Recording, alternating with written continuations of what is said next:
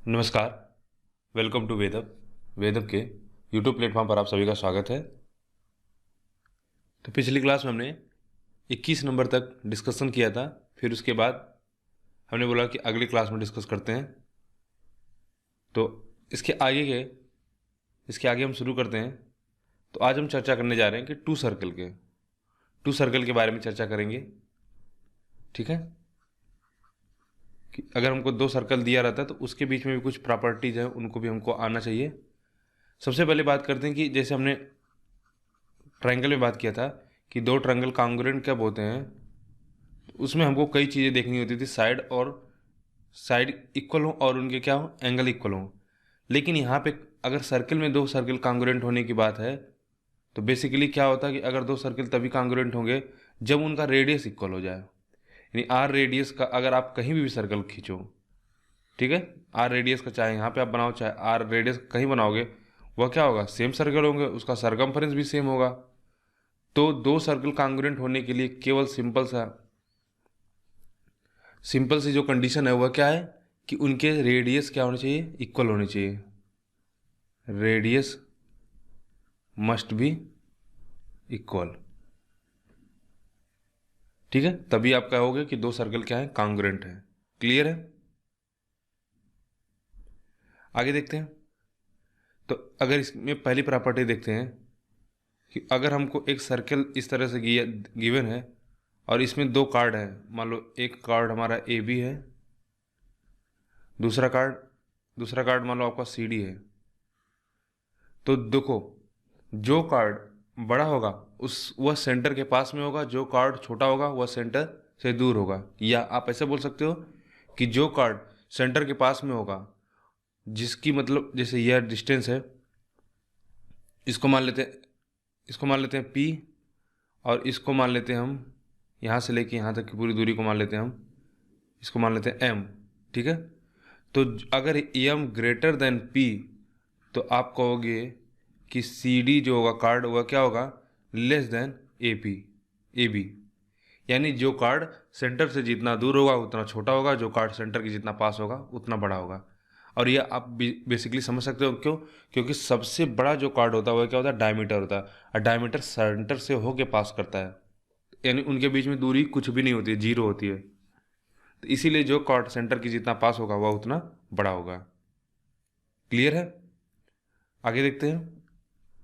दूसरा कि अगर हम एक मेजर और माइनर सेगमेंट में एंगल की बात करें कि मेजर सेगमेंट में हमेशा एंगल क्या होगा, ऑब्ट्यूज होगा। जैसे ये हमारे पॉइंट हैं ए, ये दो सरकमफेरेंस में पॉइंट ए बी हैं, तो हमको पता है कि ये ऊपर वाला जो हिस्सा होगा यह क्या होगा, यह आपका मेजर सेगमेंट होगा, और यह क्या होगा, आपका माइनर सेगमेंट होगा। ठीक है, तो मेजर सेगमेंट में जो एंगल बनेगा वह कैसा एंगल होगा, जो मेजर सेगमेंट में आपका एंगल बनता है वह होता है आपका एक्यूट एंगल। कैसा एंगल होगा, यह एंगल आपका होगा एक्यूट। और जो आपका माइनर सेगमेंट में एंगल बनता है वह एंगल होता है आपका ऑब्ट्यूज।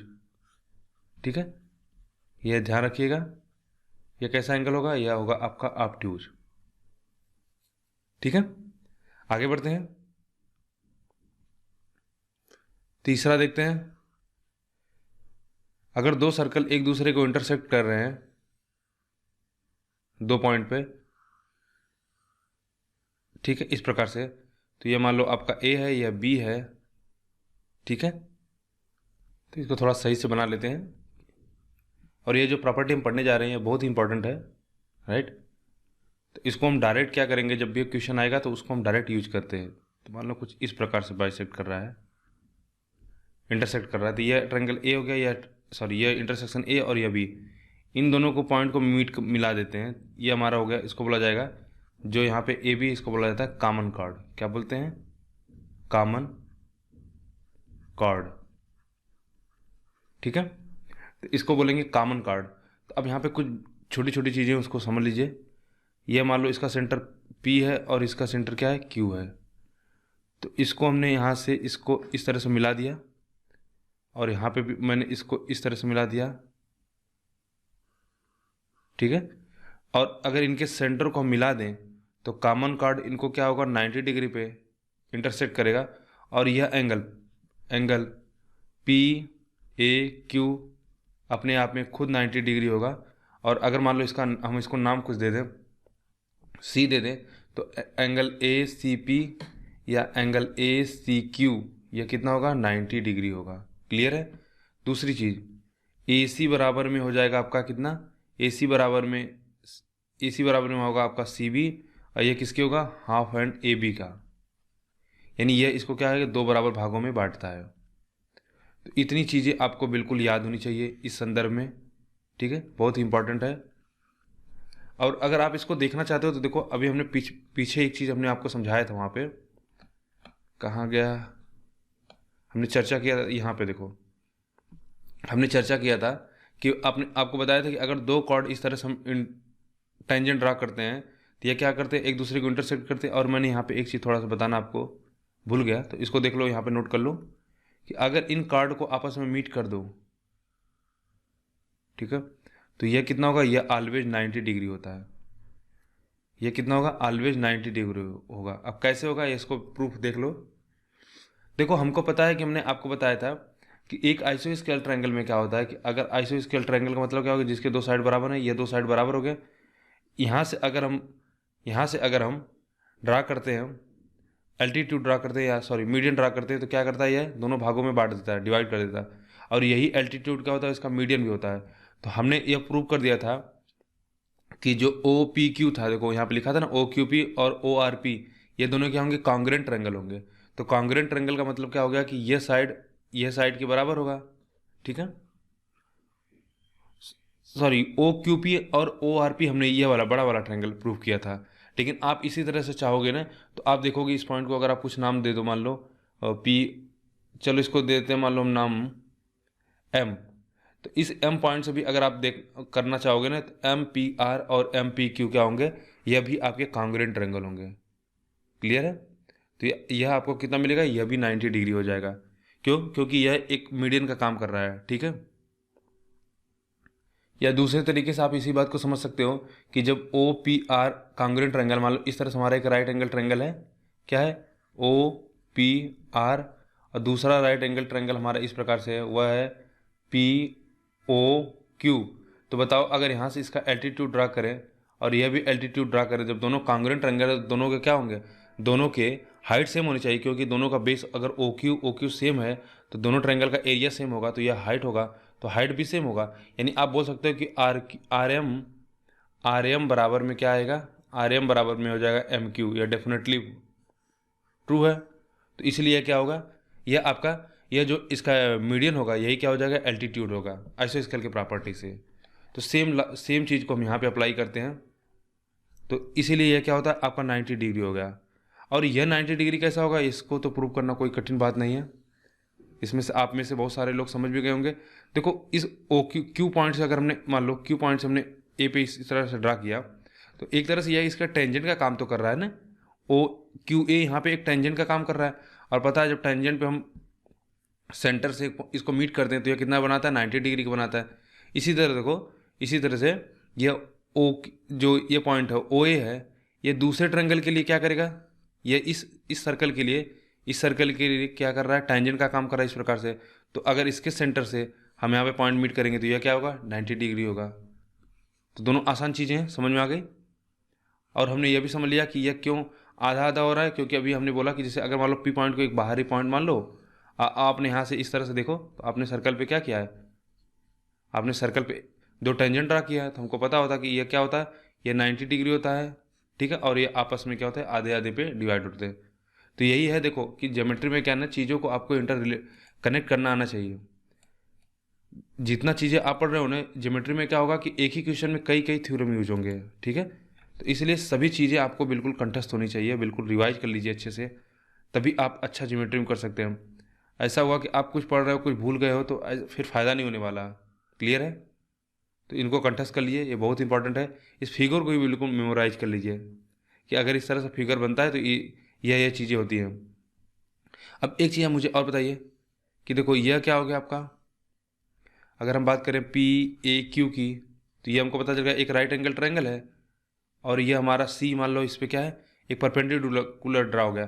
तो अब हम एक, हमने बताया था आपको राइट एंगल ट्रायंगल की प्रॉपर्टी होती है, कहाँ से आता था वह, एरिया से। तो एक एरिया निकाल सकते हैं half P A into A Q, तो यह होता था P A into A Q equals to कितना होगा, P Q into A C, half into height A C हो गया और बेस कितना हो गया, पी क्यू हो गया, ए सी इंटू पी क्यू। तो यह बार बार बोलना ना पड़े कि हम कैसे प्रॉपर्टी इसको ला रहे हैं, यह बिल्कुल आपको याद होना चाहिए। बस मैंने आपको एक बार याद दिला दिया कि यह कहाँ से आता था, कि जब हम एरिया इक्वल करते थे। तो बिल्कुल इसी प्रकार से आप इसको याद करिए। तो देखो, जो इसमें आपसे क्वेश्चन पूछा जाएगा ना, वह कुछ इस प्रकार से पूछा जाएगा कि इसमें आपसे कॉर्ड पूछा जाता है, कॉमन कॉर्ड की लेंथ पूछा जाता है। क्लियर है? तो आपको पता चलेगा कि अगर हम ए भी निकाल लेंगे तो ए सी भी निकाल सकते हैं। ए सी कितना हो जाएगा, 2 टाइम ए सी हो गया। और ए सी अगर हम यहाँ से निकालेंगे तो यह कितना हो जाएगा, ए सी यहाँ से निकालेंगे तो कितना हो जाएगा, 2 टाइम्स ये हो जाएगा। ए सी निकालेंगे तो P A into P Q, ठीक है, P A into P Q अपान में कितना होगा, पी क्यू। क्लियर है? तो ये चीज़ें बिल्कुल आपको कंटेस्ट होनी चाहिए। सबसे जो जरूरी चीज़ है इस फिगर में अगर आप बात करें तो यह पता होना चाहिए कि यह 90 डिग्री बनता है, यह 90 डिग्री बनता है, यह इक्वली क्या होता है, इक्वली डिवाइड करते हैं हम। और अगर हम और कुछ चीज़ें बता दें, जैसे यह हमने आपको बताया था कि यह एंगल क्या होता है, यह एक एंगल बाइसेक्टर का भी काम करता है। क्लियर है? ठीक है, यह एक एंगल बाइसेक्टर का भी काम करता है। तो इस तरह से सारी चीज़ों को आप बिल्कुल याद कर लीजिए। आगे बढ़ते हैं। अच्छा, इसी में देखो, यह एक केस हो गया कि मान लो जैसे इनके हाइट अलग अलग हों। सपोज करो इसका हाइट R1 है, इसका हाइट R2 है। लेकिन क्या हो कि अगर दोनों के हाइट भी इक्वल हो जाए, तो आप कहोगे तो फिर यह केस बन जाएगा राइट आइसोस्केल राइट एंगल ट्रायंगल का। ठीक है, राइट एंगल आइसोस्केल ट्रायंगल का। तो उस कंडीशन में क्या होगा कि उस कंडीशन में अगर हमसे पूछा जाए, तो मान लो इसको हम मान लेते हैं तीसरा का ए, ठीक है, तीसरे का ए मान लेते हैं, और बी देख लेते हैं कि जब हमारा क्या हो कि जब रेडियस, दोनों के रेडियस इक्वल हो जाएं। और यह कैसे, यह कंडीशन कब होगा, जब दोनों सर्कल क्या है, एक दूसरे के सेंटर से पास करें। ठीक है, जब ईच सर्कल passes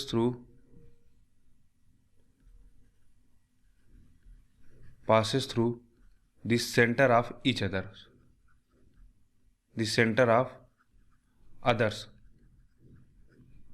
ठीक है, तो जो यहाँ पे क्या हो जाएगा, तो इनके जो इनके रेडियस होंगे वह क्या हो जाएंगे, इक्वल हो जाएंगे। समझ रहे हैं आप? तो जो पहला हमारा था वह क्या था कि जब सर्कल एक दूसरे को इंटरसेक्ट करते हैं, इंटरसेक्ट ईच अदर। और यहाँ पे दूसरा कंडीशन क्या है कि जब ये एक दूसरे के सेंटर से पास करें। उसको भी समझ लेते हैं कि उसका क्या मतलब हुआ। कि देखो, हमको इस प्रकार से 2 सर्कल गिवन है, ठीक है, और दोनों सर्कल एक दूसरे के क्या है, सेंटर से पास करते हैं। तो मान लो इसका सेंटर यह है, इसका सेंटर यहाँ पे गिवन है, राइट। एक सेकंड रुक जाना, फिगर थोड़ा सही से फिर से बना दिया जाए कि एक दूसरे से क्या है, सेंटर से पास कर रहे हैं, और दोनों सर्कल का क्या है, रेडियस भी इक्वल है। ठीक है, तो पहला हमने इसमें कि पहला यह क्या, एक दूसरे के सेंटर से पास करें, और दूसरा कंडीशन यह है कि इन दोनों का क्या है, रेडियस क्या है कि इक्वल हो। तब देखो उस कंडीशन में क्या होगा कि यह जो यहाँ पे यह जो कॉमन कार्ड होगा, यानी ए बी की बात करते हैं, यह कितना होगा, थोड़ा सा इसको समझ लीजिएगा। बनाने में फिगर में थोड़ा सा यह स्ट्रेट लाइन आएगा इस तरह से, अगर आप मिलाओगे। यह एक सेकंड रुक जाइए, फिर से बना ही लेते हैं इसको। ऐसा करते हैं कि सर्कल ड्रा कर लेते हैं। यह हो गया आपका एक सर्कल, दूसरा सर्कल हो जाएगा आपका कुछ इस प्रकार से।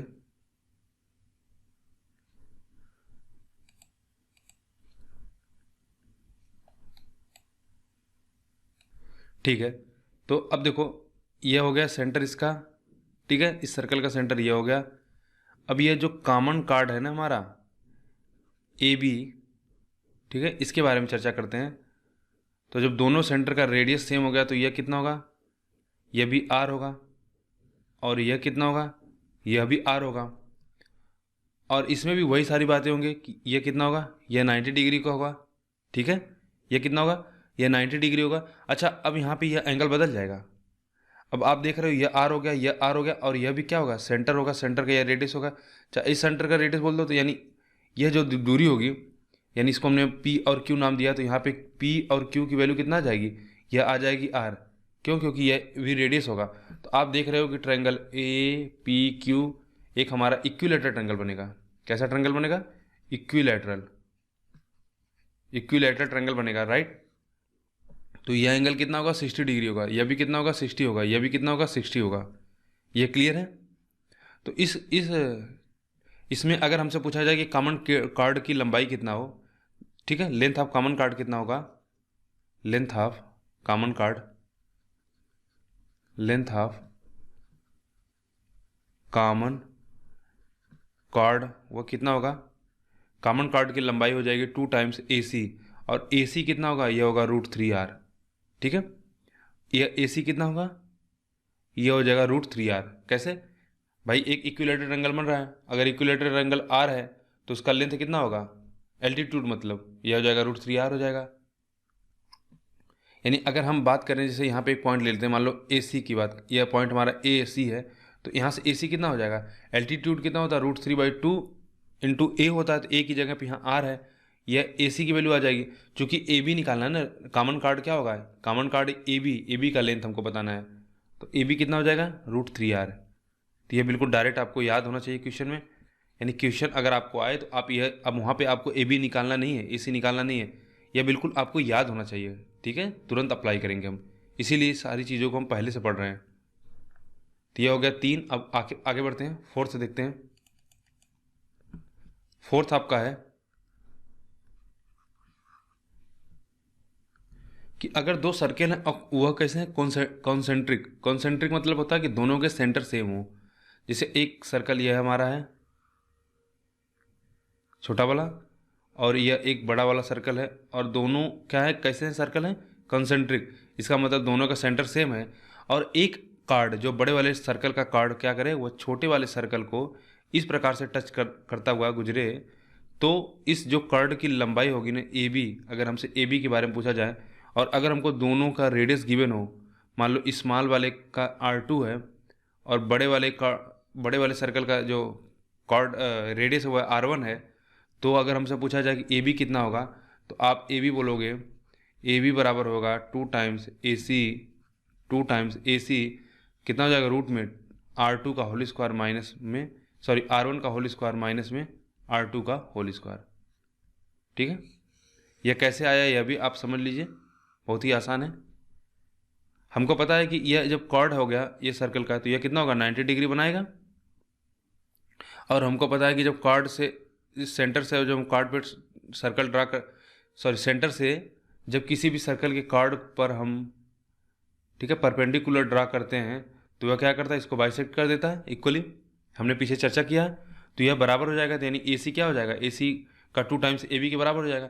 अच्छा, ये R1 हो गया, ये R2 हो गया, तो यह कैसा, एक राइट एंगल ट्रायंगल में जिसमें हमको बेस बताना, तो बेस हम निकाल लेंगे। क्लियर है? तो आगे बढ़ते हैं, अगला देखते हैं, 5वां, डायरेक्ट कॉमन टेंजेंट और ट्रांसवर्स कॉमन टेंजेंट के बारे में बात करते हैं। तो पहले हम डायरेक्ट कॉमन टेंजेंट के बारे में समझते हैं। डायरेक्ट कॉमन टेंजेंट क्या होता है, राइट। देखो, अगर हमको दो सर्किल इस प्रकार से गिवन है, एक सेकेंड,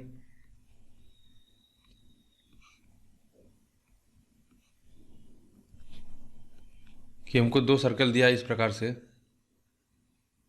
ठीक है, यह कुछ भी रेडियस इसका हो सकता है, कोई ज़रूरी नहीं है कि इसका रेडियस बराबर भी हो सकता है, अलग अलग भी हो सकता है।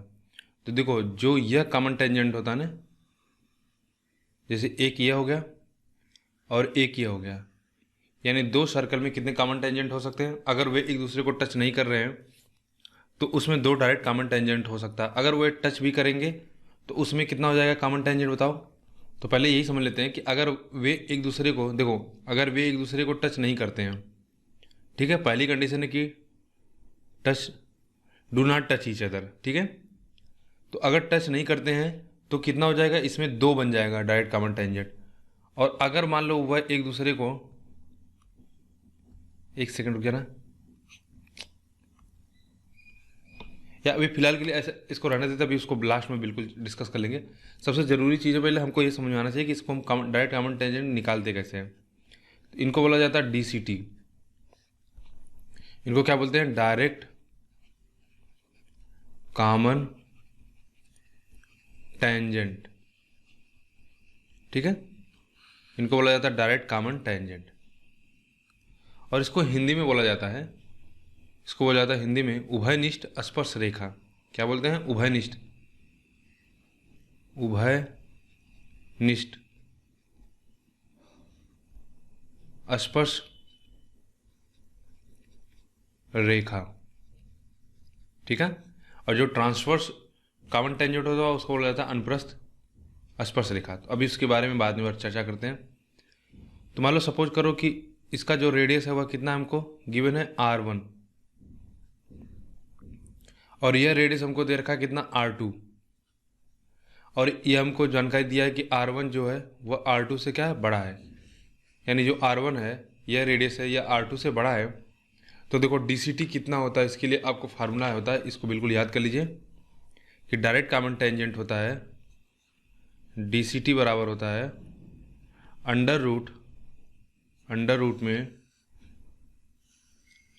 डिस्टेंस बिटवीन देयर सेंटर्स, मतलब डिस्टेंस इनके बीच में जो ये सेंटर है ना, इसके बीच का डिस्टेंस, यानी यह दूरी, इसको अगर हम D मान लें तो डिस्टेंस, ठीक है, डिस्टेंस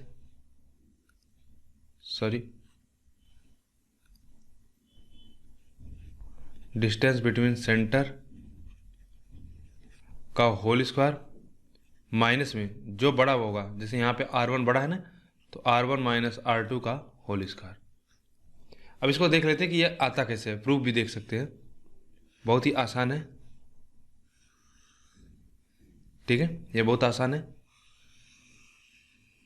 लेकिन ये फार्मूला बिल्कुल आपको डायरेक्ट ऐसे याद होना है चाहिए, बार बार आप निकालोगे नहीं एग्जाम में, क्लियर है। तो प्रूफ देख लेते हैं। देखो यह जो लाइन है ये हमको पता है कि यह टेंजेंट है, तो यह कितना होगा, सेंटर से मिड करे 90 डिग्री होगा, तो यह भी 90 डिग्री होगा। तो आप डेफिनेटली बोल सकते हो कि अगर दो लाइन इस तरह से है, अगर मान लो यह मान लो कोई अगर यह लाइन जो होती है, ठीक है, अगर ये अल्टरनेट एंगल बराबर होते हैं, तो आप कहते हो कि यह एंगल हमारे ये लाइन क्या होती है, पैरेलल होती है। पैरेलल लाइन में ये होता है कि अल्टरनेट हमारे एंगल बराबर होते हैं, या करेस्पॉन्डिंग एंगल हमारा क्या होता है, इक्वल होता है। तो अगर आप इस तरह से इसको एक्सटेंड कर दो, ठीक है, इसको भी एक्सटेंड कर दो, और यह 90 होगा तो यह भी 90 होगा, तो आप कहोगे करेस्पॉन्डिंग एंगल भी बराबर है या अल्टरनेट एंगल भी हमारे बराबर है, ठीक है। तो यह क्या हो जाएगा, दोनों लाइन्स पैरेलल हो गए। तो इनको जरा नाम दे देते हैं कोई, मान लो इसको सेंटर 1, इसको सेंटर 2, ये हमारा A हो गया, ये हमारा B हो गया। तो आप कह सकते हो कि जो C1 क्या होगा, C2 के C1A C2B के पैरेलल होगा, ठीक है। तो यहाँ से हम लिख सकते हैं कि C1A पैरेलल टू C2B, एक चीज़, ठीक है। तो जब अगर ये इसके पैरेलल होगा तो जो जरा यहाँ से इसको मीट कर दो, इस तरह से मिला दो, आप देखोगे कि इसको मिला देने पे यह क्या होगा, यह भी 90 डिग्री बन जाएगा। सॉरी, यह 90 डिग्री नहीं, यह इसको हम मिला दिए, एक सेकंड, इसको मिला देंगे तो क्या होगा, देखो इस तरह से हमको दिया लाइन, इसके बारे में हमको जानकारी है कि यह 90 डिग्री है, और हमको यह चाहिए तो हमने इसको इस तरह से मिला दिया। तो आप देख रहे हो यह आपका एक क्या हो गया, एक क्वाड्रिलेटर बन गया। कैसा बन गया क्वाड्रिलेटर, यह आपका एक क्वाड्रिलेटरल हो गया, ठीक है, यानी यह एक आपका पैरेललोग्राम बन गया, राइट है, राइट। तो यह जितना साइड होगी वही साइड यह भी हो जाएगी। तो यह अगर R2 होगा, क्लियर है, अगर यह R2 होगा तो यह दूरी, यानी हम बात कर रहे हैं इस दूरी की, तो यह दूरी भी कितना हो जाएगी, R2 हो जाएगी। इसको हम नाम दे देते हैं मान लो D। तो AD भी C1D कितना हो जाएगा, R2। तो यह AD कितना हो जाएगा, आप यहाँ से कहोगे AD हमारा आ जाएगा, AD कितना हो जाएगा, यह हो जाएगा R1 माइनस में R2, ठीक है। तो बस अब यह एक राइट एंगल ट्रायंगल बन गया, ट्रायंगल ADB में, इसको देख लो यहाँ पे, राइट एंगल ट्रायंगल बनेगा ADB में। हमको क्या चाहिए, AB चाहिए, तो AB हमारा हाइपोटेनियस का होल स्क्वायर बराबर कितना हो जाएगा, सॉरी हाइपोटेनिस आपका होगा यहाँ पे डी बी, ठीक है, या D B whole square, D B का होल स्क्वायर बराबर हो जाएगा ए डी का whole square plus A B का होल स्क्वायर। तो चूंकि हमको यहाँ पे ए बी चाहिए तो ए बी बराबर क्या हो जाएगा, ए बी बराबर हो जाएगा डी बी का होल स्क्वायर बराबर बी डी का whole square minus A D का होल स्क्वायर। और यहाँ पे बी डी क्या है, बी डी दोनों सेंटर के बीच की दूरी है, और ए डी क्या है, ए डी यहाँ पे यह दूरी है R one minus R two, तो उसी का स्क्वायर हमने कर दिया। क्लियर है? तो इसको बस मैंने इतने शॉर्ट फॉर्म में आपको समझा दिया। यह हो गया पूरा प्रूफ कि हम कैसे निकालते हैं। तो DCT याद होना चाहिए। इसी से देखो एक होता है कि ट्रांसफर कॉमन टेंजेंट, उसको भी समझ लो। दूसरा है आपका ट्रांसवर्स कॉमन टेंजेंट, इसको बोला जाता है हिंदी में अनुप्रस्थ स्पर्श रेखा, अनुप्रस्थ स्पर्श रेखा। क्लियर है? तो देखो दो सर्किल इस प्रकार से हमको गिवन है और एक दूसरे को टच नहीं कर रहे हैं, ठीक है, दो सर्कल हमको गिवन है और एक दूसरे को यह टच नहीं कर रहे हैं। तो देखो यह जो लाइन होगी ना इस तरह से, यानी जो थोड़ा तिर्यक हो, तिरछा हो जिसको बोल सकते हो। ट्रांसवर्स का मतलब ही होता है तिरछा यानी अनुप्रस्थ। तो यह लाइन अगर मान लो इसको ए मान लो, इसको बी मान ले, यह सी है, यह डी है, तो यहाँ पे ए बी और सी डी क्या है, यह हमारा TCT है, ठीक है, ट्रांसफर कॉमन टेंजेंट है। तो TCT बराबर कितना होता है, या इसको पहले पहले हम प्रूव करना बता देते हैं, ठीक है, जिससे आपको कोई दिक्कत ना हो। ये हमारा मान लो इसको हमने सेंटर मान लिया, इसको P मान लो, इसको सेंटर को Q मान लो। यहाँ से इसको मीट करोगे तो यह क्या होगा, यह 90 डिग्री बनेगा, ठीक है, यह कितना होगा, यह 90 डिग्री होगा। जरा इसको इन दोनों सेंटर को मिला दो एक दूसरे से। और एक चीज़ हमेशा ध्यान रखना कि जो हमारा जो इनका क्रॉस सेक्शन होता है ना, जहाँ पे इंटरसेक्ट करते हैं ना, जैसे मान लो ये सपोज करो कि ये इंटरसेक्ट कर रहे हैं दोनों ट्रांसफर कॉमन टेंजेंट पॉइंट ई पे ना, तो P ये हमेशा नोट कर लो, बहुत ही इंपॉर्टेंट चीज़ है। हो सकता है कभी आपसे पूछा जा सके एग्जाम में, एकेडमिक्स में यह जो पूछा जाता है, जैसे इंटर हाई स्कूल में अगर आप पढ़ोगे तो वहाँ पे पूछा जाएगा कि PEQ के बारे में बताइए। तो PEQ क्या है, हमारा कोलिनियर होते हैं एक ही लाइन पे। या PE जो PQ का लाइन है उसी लाइन पे यह Q भी होगा, E भी होगा। E क्या है, यह दोनों ट्रांसवर्स टेंजेंट के क्या है, ठीक है, कॉमन इंटरसेक्टिंग पॉइंट है। तो आप कहोगे PE and Q are collinear point, बिल्कुल इसको याद कर लीजिए, कोलिनियर पॉइंट हो गया। दूसरी चीज़ कि ये जो ट्रांसवर्स होते हैं ना, कि AB और CD की लंबाई भी इक्वल होती है, AB इक्वल्स टू CD होता है। यह भी दोनों बहुत ही काम की चीज़ है, इसको नोट कर लीजिए। या आप प्रूफ भी कर सकते हो कि E से EA EC बराबर होगा, इसी तरह ED EB बराबर होगा, इन दोनों का सम कर दोगे तो बराबर आ जाएगा। उसी तरह इसको भी प्रूव कर सकते हो, क्योंकि यह क्या हुआ, यह हमारा यह एंगल बाइसेक्टर होता है, ठीक है, तो यह एंगल और यह एंगल आप देखोगे तो इसी पॉइंट से मीट करते हुए जाएंगे, तो इसलिए कोलिनियर हो जाएगा, ठीक है। तो अभी हमारा फोकस केवल है कि हमको ये निकालना है कि AB की लंबाई क्या होगी या CD की लंबाई क्या होगी। लेकिन इन दोनों चीज़ों को बिल्कुल आप कंटेस्ट कर लीजिएगा, ये दोनों बहुत ही इंपॉर्टेंट पॉइंट है, आपको जल्दी ये बुक में नहीं देखने को मिलेगा, ठीक है। लेकिन अगर आप जैसे NCERT पढ़ोगे या और कोई बुक पढ़ोगे तो वहाँ पे ये चीज़ें आती हैं कि इस तरह से क्वेश्चन पूछा जाता है। तो हो सकता है कि हमारे एग्जाम में कभी आने वाले समय में ये पूछ लिया जाए कि बताओ PEQ क्या हो गया, तो आप कहोगे कोलिनियर होगा।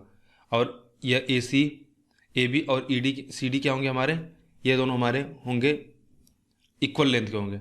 और अगर यह आपके लिए एक तरह से होमवर्क है कि PEQ कोलिनियर क्यों होंगे, यह आपको फाइंड आउट करना है, ठीक है। आप इसको पता करिएगा, अपने से प्रयास करिए।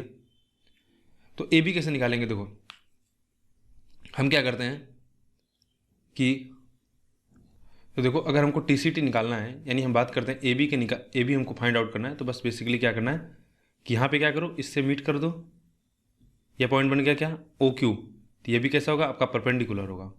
अब जरा इसको ड्रा कर दो आगे इस तरह से। और एक चीज़ मुझे बताइए कि यह जो लाइन PA होगी, यह पैरेलल होगी क्यू बी के। कोई दिक्कत?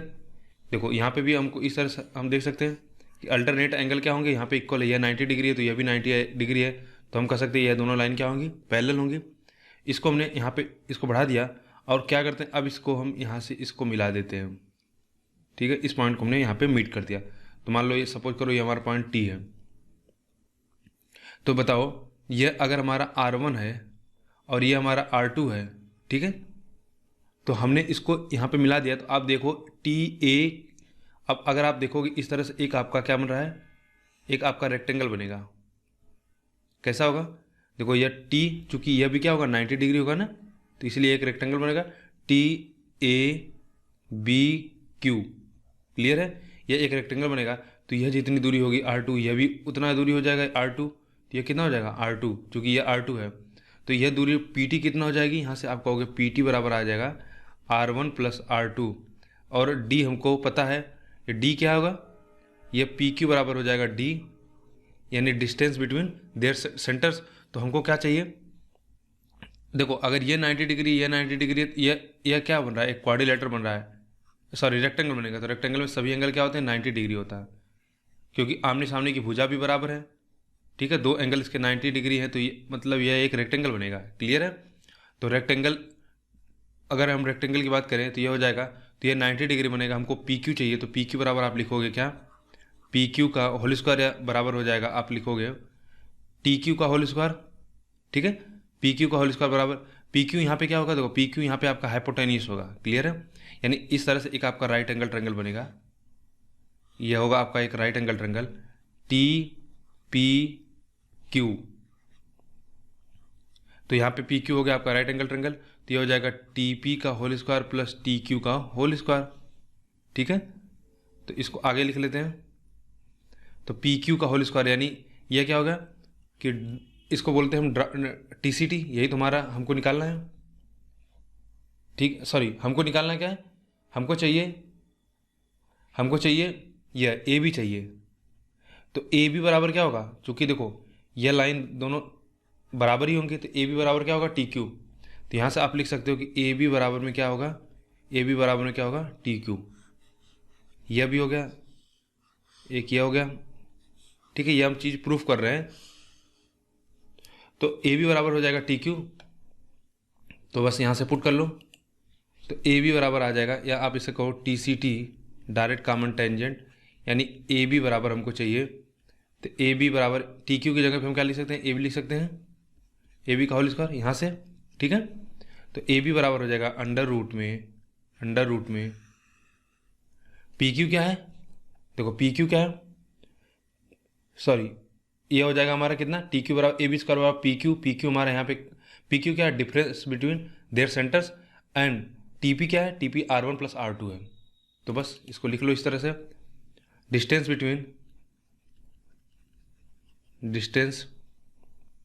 बिटवीन सेंटर का होल स्क्वायर माइनस में, वहाँ पे R1 माइनस R2 था, तो यहाँ पे R1 प्लस R2 हो जाएगा बस। और इसलिए फार्मूला भी याद करना आसान होता है। तो यह हो गया डायरेक्ट कॉमन टेंजेंट का फार्मूला, और आपको पता भी चल गया कि यह डिराइव कैसे होता है, कहाँ से होता है। तो बहुत ईजी है, केवल बस एक हमको फिगर बनाना है। ठीक है, अब देखो इसको मैंने यहाँ पे छोटे में ही इसलिए समझा दिया सारी चीज़ें कि देखो मैंने एक एक करके नहीं लिखा, क्योंकि आप मुझे इतना पता है कि आप इतना अंडरस्टूड कर जाओगे। और फिर हमको फिगर बनाना पड़ता, तो थोड़ी सी हमारी लिमिटेशन है, क्योंकि इतनी फिगर फिर हमको बनाएंगे, फिर उस तरह से आधा फिगर गायब हो जाएगा, तो बार बार करना पड़ता है। ठीक है, एक बोर्ड पे क्या होता है कि वहाँ पे हमारे पास ज़्यादा स्पेस होता है, तो एक ही स्लाइड में सारी चीज़ों को समझा देना आसान होता है। अब देखो आपके मन में यह सवाल उठना चाहिए कि चलो ठीक है, यह तो हमको दो फार्मूला पता चल गया, जब यह एक दूसरे को नहीं कर रहे हैं, मान लेते हैं जब यह टच करेंगे तब उस कंडीशन में क्या होगा, देखो जब एक दूसरे को टच करेंगे तो D कितना हो जाएगा, यह R1 प्लस R2 हो जाएगा, R1 प्लस R2 हो जाएगा। क्लियर है? तो और अगर मान लेते हैं कि अच्छा दूसरा कंडीशन है कि अगर मान लो यह दोनों बराबर हो जाए, दोनों के रेडियस इक्वल हो जाए, तो जब दोनों का रेडियस R1 और R2 बराबर हो जाएगा, तो देखो यहाँ पे क्या हो जाएगा, अगर R1 R2 बराबर हो जाए तो यह 0 हो जाएगा। तो जो DCT होगा, कॉमन टेंजेंट होगा, वह क्या हो जाएगा, उनके बीच में जो डिस्टेंस होगा उसी के बराबर हो जाएगा। ठीक है, तो इसको समझ लेते हैं या बना लेते हैं, एक फार्मूला बना के कर लेते हैं कि जैसे मान लो कंडीशन कि मान लो तो इसको हम लिख देते केस 1। अभी तक था कि एक दूसरे को, कि मान लो इफ रेडियस आर इक्वल, अगर रेडियस इक्वल हो जाए तो डी सी टी हमने क्या लिखा, डी सी टी हमने लिखा, अब देखो डी का स्क्वायर लिखते हैं डायरेक्ट, माइनस में R1 माइनस R2 का होल स्क्वायर, हमने ये लिखा ना। तो अगर R1 बराबर में R2 हो जाएगा तो आप कहोगे ये डायरेक्ट कितना हो जाएगा, डी हो जाएगा। यानी आप कह सकते हो कि अगर डायरेक्ट कॉमन टेंजेंट अगर दो सर्कल बराबर है तो यह वही होगा जो इनके बीच की दूरी होगी। आप इसको इस तरह से भी समझ सकते हो कि देखो यह आपका क्या बनेगा, एक रेक्टेंगल बन जाएगा। यानी यह दूरी जो इतनी होगी वही होगी, क्योंकि यह बराबर है, R1 और R2 बराबर हो जाएंगे। इसी तरह से यह आपस में अगर टच भी कर रहे होंगे तब भी वही होगा, ठीक है। अगर आपस में टच कर रहे होंगे तब भी उसी प्रकार से ये होगा कि इनके बीच की जो दूरी होगी यह एक रेक्टेंगल बन जाएगा, तो यह और यह दूरी बराबर हो जाएगी, ठीक है। और अगर हम बात करें कि यह हम किस में बात कर रहे थे, कि DCT में बात कर रहे थे, और TCT की बात करते हैं तो TCT का हमने फार्मूला आपको बताया, TCT का फार्मूला हमने आपको बताया कि अंडर रूट में डी स्क्वायर माइनस में R1 प्लस R2 का होल स्क्वायर। और अगर मान लो कि, अब देखो इसमें ध्यान समझना, अगर मान लो यहाँ पे R1 प्लस R2 बराबर हो जाए, अगर R1 प्लस R2 बराबर हो जाए तो क्या होगा, आप यहाँ लिखोगे डी स्क्वायर माइनस में 2R यानी 4R का होल स्क्वायर, यह पहला। और दूसरा, यह जब दोनों बराबर हो लेकिन एक दूसरे को क्या कर रहे हैं, एक सेकंड, यह दोनों बराबर सर्किल हो जाए लेकिन एक दूसरे को टच नहीं कर रहे हैं, ठीक है। तो यह इंपॉर्टेंट नहीं है, यह तो बिल्कुल आसान है। लेकिन दूसरा इंपॉर्टेंट कि अगर यह बराबर हो जाए और एक दूसरे को टच भी करें, यह बराबर भी हों और एक दूसरे को टच भी कर रहे हैं, तो देखो जब बेसिकली एक दूसरे से जब टच करते हैं ना तो इनके बीच में कोई भी डायरेक्ट कॉमन TCT नहीं होता, ट्रांसफर कॉमन टेंजेंट नहीं होता। जबकि इसमें क्या होगा, तीन आपके डायरेक्ट कॉमन टेंजेंट बनते हैं, एक दो और एक तीसरा यह बनेगा, लेकिन TCT कोई भी नहीं होगा। और इसको आप यह थ्योरेटिकली हो गया, आप इसको देख सकते हो, मैथमेटिकली भी प्रूव कर सकते हो। यह अगर R1 हो गया या R2 हो गया, मान लेते हैं ये R1 R2 है और ये बराबर भी है या अलग अलग भी है, कोई बात नहीं है, तो TCT में इस फार्मूले में डी की जगह पे क्या हो जाएगा, यहाँ पे डिस्टेंस हो जाएगा R1 प्लस R2 हो जाएगा, ठीक है। तो यहाँ पे रखोगे तो यह क्या हो जाएगा, 0 हो जाएगा, तो TCT मिलेगा नहीं। और यहाँ पे देखो एक चीज़ हमने आपको समझाया कि अगर मान लो कि ये हमारा R1 और R2 बराबर हो जाए, ठीक है। अगर मान लो कि R1 और R2 बराबर ना हो तो DCT कितना हो जाएगा, जब एक दूसरे को टच कर रहे हैं। देखो ये सारी चीज़ें बस मैं आपको बता रहा हूँ कि कितनी कितनी कंडीशन हो सकती हैं। आपको फार्मूला याद है तो आप खुद कर सकते हो। तो यहाँ पे डी कितना हो जाएगा, अगर एक दूसरे को टच करें तो डी हो जाएगा आपका R1 प्लस R2 हो जाएगा, ठीक है। तो अंडर रूट में हो जाएगा R1 प्लस R2 का whole square, R1 minus R2 का होल स्क्वायर। तो देखो यहाँ पे a प्लस बी का whole square, a minus B का होल स्क्वायर, और यहाँ पे माइनस है तो माइनस में क्या होता है कि a square plus B square term cut जाता है, बचता है क्या 2a वाला, तो वह 4 टाइम्स हो जाएगा। तो वह कितना हो जाएगा, 4 टाइम्स हो जाएगा, तो 2 बाहर आ जाएगा। तो इसको आप डायरेक्ट लिखो कि टू रूट में R1 इंटू R2, ठीक है। तो ये 3-4 तरीके से इसमें क्वेश्चन बनता है, लेकिन आपको इसमें कोई परेशान होने की बात नहीं, बस मैंने आपको यह समझाया कि कितने प्रकार से क्वेश्चन पूछा जा सकता है। जो सबसे ज़रूरी है कि बस यह दोनों फार्मूले आपको याद हो, बाकी चीज़ें आप बिल्कुल आसानी से कर सकते हो। अब कभी कभी हमसे पूछ देते हैं कि कि मान लो हमसे पूछा जाता है कि कॉमन टेंजेंट मैक्सिमम या मिनिमम कॉमन टेंजेंट के बारे में हमसे पूछा जा सकता है। तो देखो अगर इस तरह से अगर दो सर्कल है एक दूसरे को इंटरसेक्ट कर रहे हैं तो इसमें कितना मैक्सिमम कॉमन टेंजेंट हो सकता है, 2, यही 2 होंगे, बाकी और कोई कॉमन टेंजेंट ना इसमें ट्रांसफर्स होगा, यानी 2 डायरेक्ट कॉमन टेंजेंट हो गए अगर इंटरसेक्ट कर रहे हैं, ठीक है। तो यहाँ पे 2 कॉमन टेंजेंट होगा। दूसरा देख लेते हैं कि अगर मान लो कि वे एक दूसरे को टच ना करें, तो देखो टच ना करने का ना 2 तरीका हो सकता है। एक तरीका तो हमने देखा कि ऐसे हो जाए, और एक तरीका ऐसा होता कि एक सर्कल उसके अंदर हो। तो इस कंडीशन में तो कोई कॉमन टेंजेंट नहीं होगा।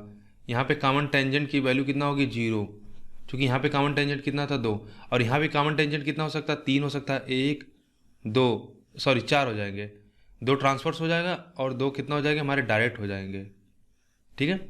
तो यहाँ पे कॉमन टेंजेंट कितना हो गया 4, इसी कंडीशन में सबसे मैक्सिमम होता है। ठीक है,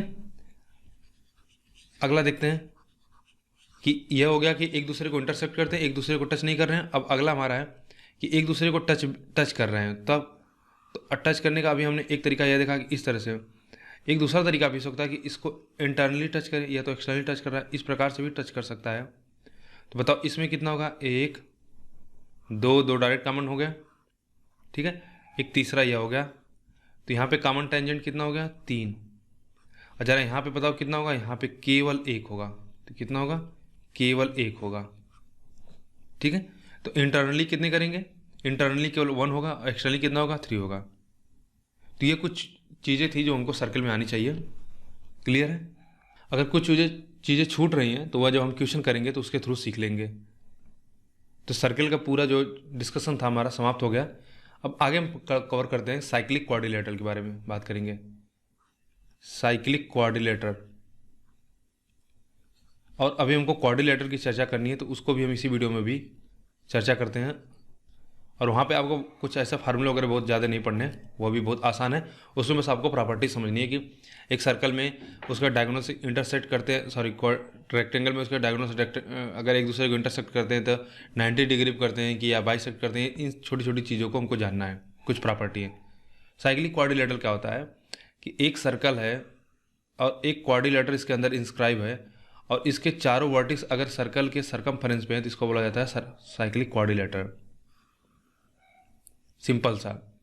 या ऐसे कह लो कि एक क्वाड्रिलेटरल सरकमस्क्राइब किया है एक सर्कल को, या एक सर्कल में इंस्क्राइब है एक क्वाड्रिलेटरल। तो मान लो ये आपको दे रखा है ABCD। तो जो सबसे पहली चीज़ आपको पता होनी चाहिए साइक्लिक क्वाड्रिलेटरल में, कि साइक्लिक क्वाड्रिलेटरल में आमने सामने के जो एंगल होते हैं, यानी A प्लस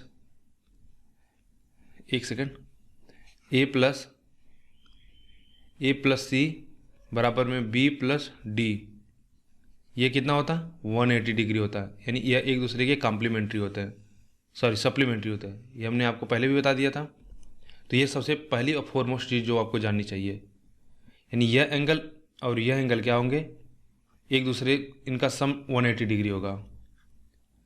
आगे बढ़ें, दूसरी चीज़ इसी में देखो कि अगर इसी लाइन को एक्सटेंड कर दो, मान लो BC को, ठीक है, हमने इसको एक्सटेंड कर दिया E तक मान लो, तो जो यह एंगल होगा ना, यानी आप कहोगे कि यह एंगल यानी DCE BAD के बराबर होगा।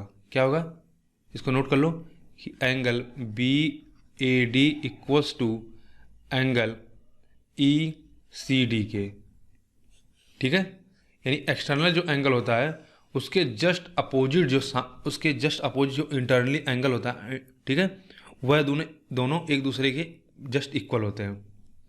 क्लियर है कि यह एंगल इस एंगल के इक्वल होगा। और इसको समझना कोई कठिन बात नहीं, जब हमको पता है इन दोनों का सम 180 होता है और यह एंगल कितना होगा 180 माइनस C होगा, तो 180 माइनस C बराबर मतलब यही हुआ ना, एंगल A के बराबर ही हो गया भाई। अगर एंगल A प्लस, देखो angle A plus angle C बराबर 180 डिग्री, और हमको पता है कि एंगल यहाँ पे एंगल C प्लस एंगल इसको मान लो तो DCE यह भी कितना होगा 180 होगा। तो C बराबर कितना होगा, सॉरी DCE बराबर कितना होगा pi minus 180, pi minus C, और पाई माइनस C कितना होगा, यही तो एंगल A होगा ना। तो ये दूसरी चीज़ हो गई, दोनों इंपॉर्टेंट है। आगे देखते हैं कि अगर एक साइक्लिक क्वाड्रिलेटरल में हम एक पैरेललोग्राम ड्रा करें, ठीक है, अगर आपको बोला जाए कि एक साइक्लिक क्वाड्रिलेटरल है जो कि एक पैरेललोग्राम है, तो बेसिकली समझ लो वह क्या है आपका, वह है आपका एक रेक्टेंगल, या रेक्टेंगल भी हो सकता है, वह आपका एक स्क्वायर भी हो सकता है। बस इसके बारे में यह जान लो कि अगर एक क्वाड्रिलेटरल में है, यानी बस इतना समझ लो कि all angles of a cyclic parallelogram, ठीक है, पैरेललोग्राम आर 90 डिग्री। ठीक है, कि all angle of cyclic quadrilateral is लिख लो इज 90 डिग्री, यानी सभी एंगल क्या हो गए 90 डिग्री हो गए। यानी यह 90, यह 90, यह 90 और यह 90। बस हमको अगर इतनी जानकारी बस गिवन हो कि ये आमने सामने की भुजाएं बराबर हैं, तभी हम कहते हैं कि सॉरी आमने सामने की भुजाएं क्या है, पैरेलल्स है और वह भी बराबर इक्वल है, तभी तो हम बोलते हैं कि पैरेललोग्राम्स है। तो हम बोलेंगे कि डेफिनेटली वह क्या होगा कि उसके सभी साइड्स जो हैं, जो इनके भी सभी इंटरनल एंगल होंगे कैसे होंगे, 90 डिग्री। यानी पैरेललोग्राम, देखो पैरेललोग्राम तो एक बेसिक होता है ना, जैसे अगर हम क्वाड्रिलेटरल को करते हैं ड्रा, तो उसमें पैरेललोग्राम आता है जिसमें हमको पता चलता है कि इसके आमने सामने की भुजाएं पैरेलल होती है और यह क्या होता है, यह बराबर होते हैं। अच्छा जरा इसमें अगर यह एंगल 90 डिग्री का हो जाए, यह एंगल 90 डिग्री और आमने सामने की भुजाएं बराबर हो जाए, तो ये हमारा रेक्टेंगल बन जाता है। और अगर सभी चारों भुजाएं बन जाती है तो वही हमारा स्क्वायर हो जाता है। और अगर चारों भुजाएं सेम हो जाएं और आमने सामने की भुजा पैरेलल भी हो, सभी इक्वल भी हो, लेकिन इनमें अगर यह 90 डिग्री ना हो, ठीक है, यह 90 डिग्री ना हो, तो यह क्या हो जाता है, यह 90 डिग्री ना हो तो यह हमारा रोम्बस हो जाता है। तो पैरेललोग्राम तो हमारा बेसिक एक एंट्री लेवल पे है, तो यह हमको डेफिनेटली पता चल जाता है कि यह रोम्बस नहीं होता है।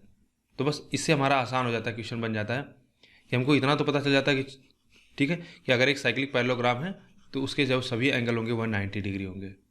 तो यह तीसरी चीज़ हो गई, यह हो गई आपकी तीसरी चीज़। आगे बढ़ा जाए। और ये तो आपको कोई इसमें प्रूफ करने में कोई दिक्कत नहीं होनी चाहिए कि भाई एक पैरेललोग्राम में क्या होता है, आमने सामने की भुजाएं एंगल बराबर होते हैं, यह एंगल इसके बराबर होता है, यह एंगल इसके बराबर होता है। क्योंकि साइक्लिक कोऑर्डिनेटर में यह दोनों एंगल 90 डिग्री 180 होते हैं, तो आधा आधा हो जाएंगे, कितना हो जाएगा, बराबर होते हैं तो 180 हो जाएगा। ठीक है, अगला देखिए प्रॉपर्टी, अगला देखिए 4 कि ट्राइपीजियम होता है ना, आइसोस्केल ट्राइपीजियम होता है, वह एक साइक्लिक कोऑर्डिनेटर होता है, उसको भी एक साइक्लिक कोऑर्डिनेटर के बारे बोला जाता है। जैसे 4 देख लेते हैं कि अगर एक हमको आइसोस्केल ट्राइपेजियम दिया, आइसोस्केल ट्राइपेजियम का क्या मतलब है कि जो नॉन पैरेलल साइड हो वह क्या हो, इक्वल हो, जो नॉन पैरेलल साइड हो वह इक्वल हो।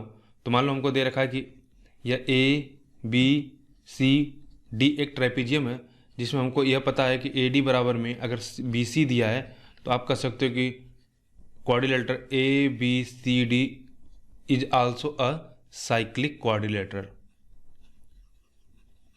ठीक है, कि ए बी सी डी एक साइक्लिक क्वाड्रिलेटरल होगा। ठीक है, देखो अगर यह, अब इसको थोड़ा सा आप इमेजिन करो, इस तरह से समझने का प्रयास करो, ये कैसे अगर प्रूफ देखना चाहते हो, एक सेकंड रुक जाना। देखो इसको क्या कर सकते हैं, इसको हम जरा एक्सटेंड कर देते हैं, एक ट्रायंगल बना लेते हैं। अब देखो मैं यह बार बार आपको चीज़ समझा रहा हूँ कि ज्योमेट्री में क्या है कि हर चीज़ों का एप्लीकेशन एक दूसरे से कनेक्ट होता है, इसलिए सारी चीज़ें आपको आनी चाहिए। अब देखो जैसे यह एक ट्रेपीजियम हो गया, यह आइसोस्केल ट्रेपीजियम हो गया, हमने इसको आगे बढ़ा दिया। अगर हमको यह बराबर दिया है, यह पॉइंट क्या है, एक दूसरे के बराबर है, और हमको पता है यह लाइन इसके लाइन के पैरेलल होती है, तो यानी हम बोल सकते हैं कि डेफिनेटली अगर यह लाइन पैरेलल्स हैं तो यह डेफिनेटली क्या होंगे, मिड पॉइंट होंगे।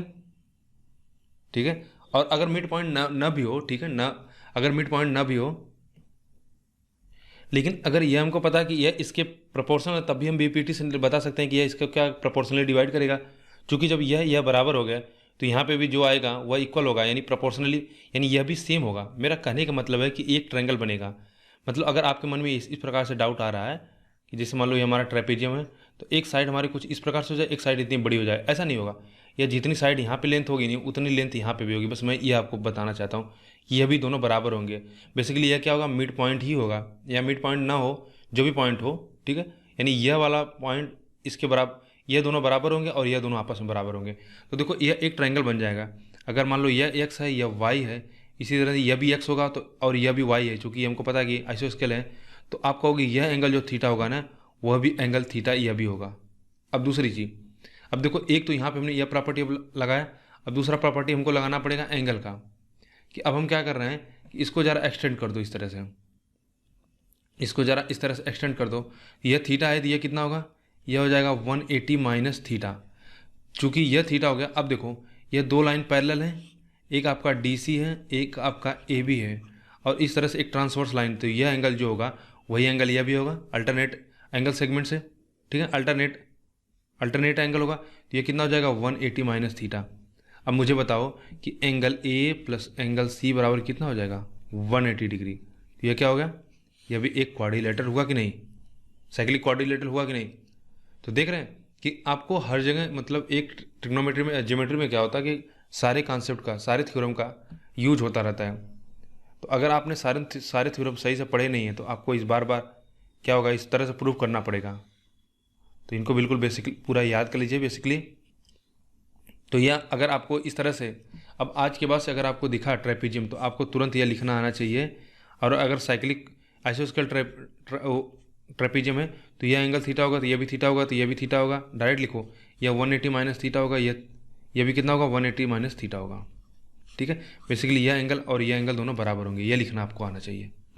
आगे बढ़ा जाए, इसको मिटा देते हैं। तो ये बहुत ही इंपॉर्टेंट प्रॉपर्टी है। अगला देखते हैं, क्लॉडियस टॉलेमी नाम के एक लैटिन मैथमेटिशियन थे, उन्होंने एक टॉलेमी थ्योरम दिया है। और यह समझ लीजिए आज से 100 से 170 एडी के आसपास उनका जन्म हुआ था। तो मतलब कितनी पुरानी बात है, उस समय में उन्होंने दिया था जो थ्योरम, आज उसको वो आज भी रिलेवेंट है, राइट। तो उनका नाम है टॉलेमी, उसको टॉलेमी थ्योरम्स के नाम से ही जानते हैं। वैसे उनका पूरा नाम है क्लॉडियस टॉलेमी, ठीक है, टॉलेमी थ्योरम। तो उन्होंने बताया था कि अगर एक कोई क्वाड्रिलेटरल सर्कल है, क्वाड्रिलेटरल साइक्लिक क्वाड्रिलेटरल है, तो जो इनके डायगोनल्स के सम होगा ना, वह इनके अपोजिट साइड के प्रोडक्ट के सम के इक्वल होगा। क्या मतलब कि अगर यह ए है, यह बी है, यह सी है, यह डी है, ठीक है, तो इनके डायगोनल्स का सम, तो ए सी प्लस बी डी बराबर में इनके, ठीक है, इनके अपोजिट साइड के प्रोडक्ट, यानी अपोजिट साइड क्या होगा, अगर ए बी लेते हो तो इसका अपोजिट साइड क्या होगा, डी सी प्लस, अगर आप ए डी लेते हो तो इसका अपोजिट साइड क्या होगा, बी सी। ठीक है, इनके अपोजिट साइड के प्रोडक्ट का सम क्या होगा, डायगोनल्स के सम के इक्वल होगा। ठीक है, इसको अगर आप प्रूव करना चाहो तो प्रूव कर सकते हो। यह क्या होगा, एक आपका राइट एंगल ट्रायंगल बनेगा, वहां से आप निकाल सकते हो इसको। तो बिल्कुल इसको एज इट इज याद कर लीजिए, इसका कई जगहों पे यूज होता है। आगे बढ़ते हैं, देखो इसका प्रूफ ये आपके लिए होमवर्क है, आप इसको खुद फाइंड आउट करिए यह कैसे होता है, राइट। ठीक है, चूँकि हमारे एग्जाम में बेसिकली इससे क्यों बस क्वेश्चन बनता है, बस हमको यह याद होना चाहिए। ठीक है, इसका प्रूफ आप खुद ढूंढिए, ये आपके लिए होमवर्क है। आगे देखते हैं अगला, कि देखो अगर हमको एक साइक्लिक क्वाड्रिलेटर दिया है और इसके एंगल बाइसेक्टर को मिलाने से जो एक क्वाड्रिलेटर बनेगा ना, वह स्वयं में अपने आप में खुद एक क्वाड्रिलेटर, साइक्लिक क्वाड्रिलेटर होगा। इसका क्या मतलब हुआ कि देखो जैसे अगर ए बी सी डी ये साइक्लिक क्वाड्रिलेटर है ना, इनके एंगल बाइसेक्टर को मिलाने से मान लो इनका एंगल बाइसेक्टर हम कुछ इस प्रकार से, यह हो गया, ठीक है, यह आपका कुछ इस प्रकार से बन रहा है। तो यह जो मान लो एक नया क्वाड्रिलेटर बना, ठीक है, एक नया क्वाड्रिलेटर मान लो यह बन रहा पी क्यू आर एस। तो अगर इफ हमको यह दे रखा हो कि ए बी सी डी, ठीक है, A B C D is a cyclic quadrilateral, ठीक है, तो इनके एंगल बाइसेक्टर को मिलाने से जो क्वाड्रिलेटर बनता है, यानी बात करें P Q R S is also a cyclic quadrilateral, ठीक है, is also a cyclic quadrilateral. तो याद कर लीजिए, यही बहुत इंपॉर्टेंट चीज़ है। तो चूंकि यह क्या है कि हमारे एग्जाम में एसएससी में पूछा जा चुका है, इसलिए हमने इसको क्या है यहाँ पे ही इसको डिस्कस कर लिया कि अब हमसे अगर डायरेक्ट क्वेश्चन पूछा जाएगा तो हम यहाँ पे बता सकेंगे कि हमको पहले से प्रॉपर्टी पता है कि अगर एक साइक्लिक क्वाड्रिलेटर है तो इनके एंगल बाइसेक्टर के से जो हमारा एक नया क्वाड्रिलेटर फॉर्म होगा वह भी कैसा होगा, वह भी साइक्लिक क्वाड्रिलेटर होगा। क्लियर है, आगे बढ़ते हैं, कुछ और प्रॉपर्टी उनको देखते हैं। और एक चीज़ यहाँ पे, एक सेकंड रुक गया ना, यहाँ पे हमने मिस कर दिया कि देखो अभी हम बात कर रहे थे कि एक ट्रेपीजियम की बात कर रहे थे, राइट, कि अगर एक साइक्लिक ट्रेपीजियम हो, या ठीक है यहाँ पे अलग से लिख लेते हैं कि हमने बोला कि एक आइसोस्केल ट्रेपीजियम है तो वह कैसा होता है, वह साइक्लिक होता है। वह कैसा होगा, वह साइक्लिक क्वाड्रिलेटरल होगा। तो उसी तरह से अगर एक ट्रेपीजियम को दे रखा है कि साइक्लिक ट्रेपीजियम है ना, तो इनके डायगोनल्स क्या होंगे, बराबर होंगे। यह भी चीज़ नोट कर लीजिए। अगर ए बी सी डी हमको एक क्वाड्रिलेटर दे रखा है तो इस साइक्लिक क्वाड्रिलेटरल है, ठीक है, साइक्लिक क्वाड्रिलेटरल है। और ये क्वाड्रिलेटरल कैसा है, ट्राइपीजियम है। यानी अगर एक साइक्लिक ट्राइपीजियम हमको दे रखा है, ठीक है, ए बी सी डी, तो इसके जो डायगोनल्स होंगे यानी ए सी बराबर में क्या होगा, डी बी। यह नोट कर लीजिए कि डायगोनल्स क्या होंगे, इसके डायगोनल्स इक्वल होते हैं, ठीक है। तो ये बड़े काम की चीज़ है, कभी कभी इस पर भी हमसे क्वेश्चन पूछा गया है। एक देखो इसी से मिलता जुलता है, इसी ट्राइपेजियम का ही यूज़ करके आता है, लेकिन इसको हम अलग से समझ लेते हैं कि अगर हमको एक क्वाड्रिलेटर दिया है, साइक्लिक क्वाड्रिलेटर, उसके बारे में हमको अगर जानकारी दे रखा है, इसके दो अपोजिट साइड्स मान लो बराबर हैं, तो डेफिनेटली आप बोलोगे इसके अदर टू साइड क्या होंगे, पैरेलल होंगे। सपोज करो कि ये दोनों साइड क्या है, इसके बराबर है, मान लो यह ए है, यह ए है, तो आप कहोगे ये साइड क्या होंगी, पैरेलल्स होंगी। यानी triangle A B C D अगर हमको दे रखा है कि इफ़ ए डी बराबर में B C then A B parallels to D C, ठीक है। तो आप कहोगे कि ए बी क्या होगा, डी सी के पैरेलल होगा। ये भी बहुत काम की चीज़ है। आगे देखते हैं, अगला देखें कि इसकी चर्चा हो चुकी है पहले, लेकिन फिर से एक बार इसको समझ लो कि मान लो अगर हमको इस तरह से, जैसे हमने समझाता है ना कि एक टेंजेंट ड्रा करते हैं एक आउटर पॉइंट से, तो देखो अगर मान लेते हैं यह एंगल हमसे पूछा जाए, इस एंगल के बारे में, तो इसको यह एक साइक्लिक क्वाड्रिलेटर बन रहा है, क्लियर है। यह मान लो एंगल सी है, ये एंगल आपका कुछ है, यह मान लो हमारा ए हो गया, यह बी पॉइंट है, यह सी पॉइंट है, यह डी पॉइंट है हमारा, यह पॉइंट मान लो पी है। और अगर यह एंगल एक्स है, तो ज़रा इन सभी एंगल को अगर हमको लिखने के लिए बोला जाए तो यह कितना होगा, ये आप डायरेक्ट लिखोगे कितना, 90x/2 प्लस x/2। और यह एंगल कितना होगा, यह होगा 90, यह माइनस हो जाएगा, सॉरी माइनस हो जाएगा, यह कितना हो जाएगा, प्लस x/2। ज़रा देख लो ये कैसे आता है। देखो अगर यह x हुआ, ठीक है, अगर यह x हुआ तो ज़रा इसको इस तरह से मिला लो, इसको सेंटर से इस तरह से मिला लो। तो सेंटर से इसको मिला लेंगे तो हमको पता था कि इस सेंटर में, यानी अगर इसको मान ले O मान ले, तो हमने आपको पहले बता रखा कि AOC प्लस में एंगल APC यह कितना होता है, 180 डिग्री होता है। चूँकि यह x है तो यह कितना होगा, यह हो जाएगा 180 माइनस एक्स। तो यह आ जाएगा आपका कितना, 180 माइनस में x। और अगर यह हमारा कॉर्ड मान लो दो पॉइंट से मिल के सेंटर पे 180 डिग्री बन रहा है, तो यहाँ पे कितना बनेगा, जस्ट इसका हाफ हो जाता है। तो यह कितना हो जाएगा, 90 माइनस x/2 हो जाएगा। यह कितना हो जाएगा, यह हो जाएगा 90 माइनस x/2। और यह 90 माइनस x/2 हो जाएगा, तो यह एक साइक्लिक क्वाड्रिलेटर बन रहा है ABCD। तो यह 90 माइनस 2 हो जाएगा, और इन दोनों का सम कितना होना चाहिए, यानी angle B plus angle D का सम कितना होना चाहिए, 80। तो बस एंगल D कितना हो जाएगा, 90 प्लस x/2। तो देखो अब इतना हम नहीं करेंगे, ठीक है, निकालने को हम निकाल सकते हैं, विदिन सेकंड निकाल सकते हैं, लेकिन अब ऐसे अगर आएगा तो हम डायरेक्ट लिखेंगे कि अगर यह x गिवन है तो यह 90 माइनस x/2 होगा, या कितना होगा, 90 प्लस x/2 होगा। क्लियर है। तो इस क्लास में केवल इतना ही रखते हैं, सर्कल भी हमारा कंप्लीट हो गया। तो क्वाड्रिलेटर की चर्चा करनी है, अगले एक वीडियो में हम क्वाड्रिलेटर के बारे में समझेंगे, ठीक है, कि क्वाड्रिलेटर की कुछ प्रॉपर्टी होती हैं, कुछ थ्योरम होते हैं, उनको समझेंगे। उसके बाद फिर हम क्वेश्चन स्टार्ट करेंगे, राइट। तो क्वाड्रिलेटर की चर्चा हम शुरू करें उससे पहले आप इन सारी चीज़ों को देखो, रिवाइज कर लो। आप देख रहे हो कि हर एक चीज़ जो हम सीख रहे हैं वह अगले जो चीज़ सीख रहे हैं उसमें उसको अप्लीकेशन हो रहा है, ठीक है। जैसे हमने सिमिलरिटी सीखा तो वह सिमिलरिटी का यहाँ पे यूज हो रहा है। इसी तरह से जैसे हमने कुछ अभी सर्कल के प्रॉपर्टी सीखे हैं कि टेंजेंट के, कि हमको अगली प्रॉपर्टी प्रूव करने के लिए क्या है, उसकी रिक्वायरमेंट हो रही है। तो मैंने बहुत सारी चीज़ों पे मैक्सिमम लगभग 99% मैंने सारी चीज़ों का प्रूफ बताया। एक या दो चीज़ों का प्रूफ नहीं बताया हुआ, इसलिए कि आप खुद स्वयं से आप प्रयास करो, ठीक है। तो इसलिए जितना चीज़ें अभी तक डिस्कस हो चुकी हैं पहले उनको आप रिवाइज कर लो, फिर अगली क्लास में मिलेंगे, क्वाड्रिलेटर के बारे में चर्चा करेंगे। क्वाड्रिलेटर की चर्चा होने के बाद हमारा पूरा कंप्लीट हो जाएगा। देखो पॉलीगन एक होता है, तो पॉलीगन को क्या किया था हमने कि मेंसुरेशन में ही डिस्कस कर लिया था, ठीक है। तो पॉलीगन को हम यहाँ पे से अलग से डिस्कस नहीं करने जा रहे हैं। फिर इसके बाद हम डायरेक्ट क्वेश्चन करेंगे। देखो यहाँ पे मैंने बहुत सारी चीज़ें स्किप किया, जैसे कि एरिया हो गया ट्रायंगल का, तो इन सारी चीज़ों को मैंने मेंसुरेशन में पहले से ही डिस्कस कर रखा है।